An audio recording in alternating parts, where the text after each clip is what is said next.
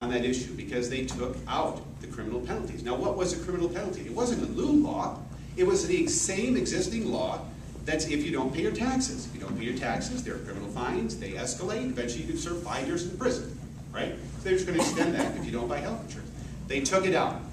Now, United Healthcare had a truck out in front of the Capitol building for months during Obamacare. Because what were they thinking? 33 million new customers. This is going to be great. We're going to have a wellness clinic. We're going to put it inside of a semi. We're going to have free checkups right here at the Capitol building. So the president will love us and we'll be able to be in the exchanges, right?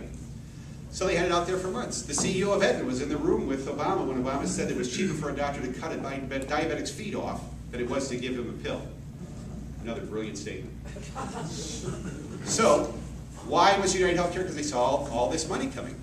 Imagine if you sat in your garage one day and you built a better widget and you're ready to sell it, right? But you can't get enough customers. You don't have a marketing budget. All of a sudden, some nutcase in Congress says, if you don't buy his widget, you're going to jail. You think you'd sell more widgets, right?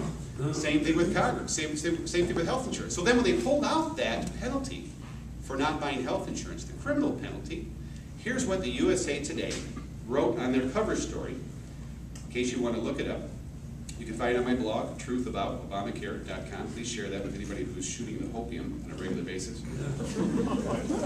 This is the April 30th, 2010. Starting in 2014, the IRS will have another task to make sure that all Americans have health insurance. Under the law, Americans who can afford health insurance but refuse to buy it will eventually face a fine of up to $695 or 2.5% of their income.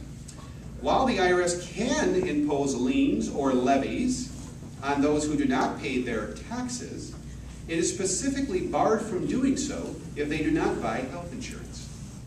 So let me ask you a question. If you ignore the first letter from the IRS that says you're going to buy health insurance or we're going to fine you, they can't do anything criminally to you. So how will the IRS make you pay the fine? Will they send you another letter in all caps? It's going to motivate you to buy the fine? So if there is no criminal penalty for not paying the fine, and they can't really collect the fine, then who is really going to be paying to insure 33 million new Americans? Raise your hand if you are a taxpayer. And it doesn't take a rocket science degree to figure out that if you are going to offer 33 million people new health insurance policies, shiny new, with no copays and no deductibles for all of the 82 new mandates we've just put on all health insurance policies as of September 23rd, it's going to cost something. It's not going to bend the cost curve down. It's going to cost more. Number two, the second biggest lie.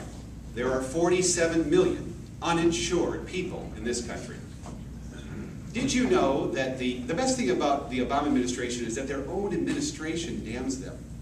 Because their own administration comes out with the exact opposite of what he says in each speech.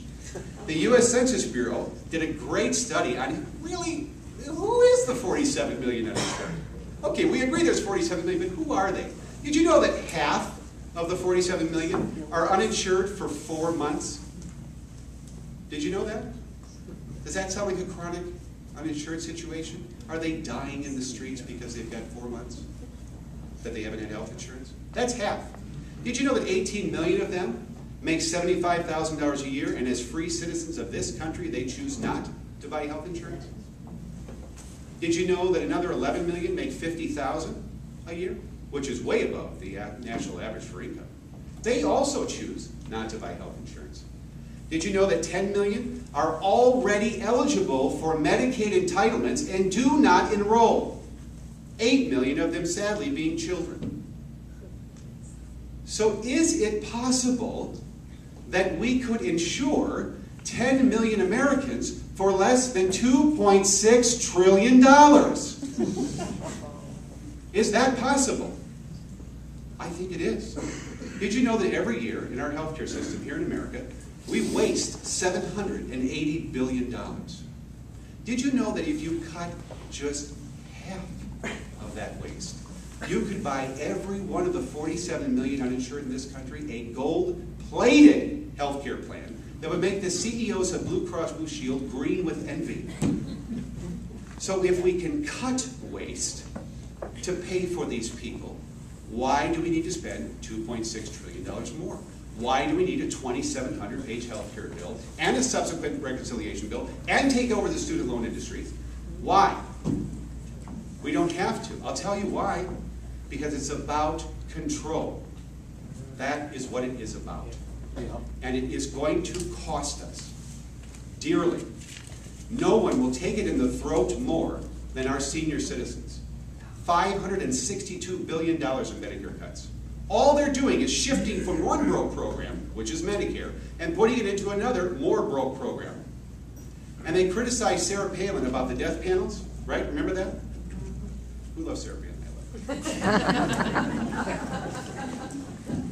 They criticize her about the death panels.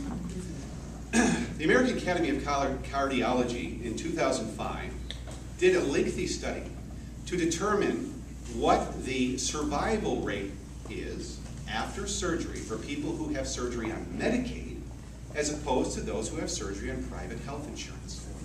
They found out in 2005 that the death rate, in other words, you were more likely to die by 50% if you were on Medicaid and you had surgery as opposed to someone on private health insurance, right? So the government said, we cannot let this stand. We're going to apply more big government to fix this. So then the University of Virginia decided to do a follow-up study 4 years later, another lengthy, detailed study. They found out that after 4 more years of big government getting on that problem to fix it, now the death rate is 97% higher.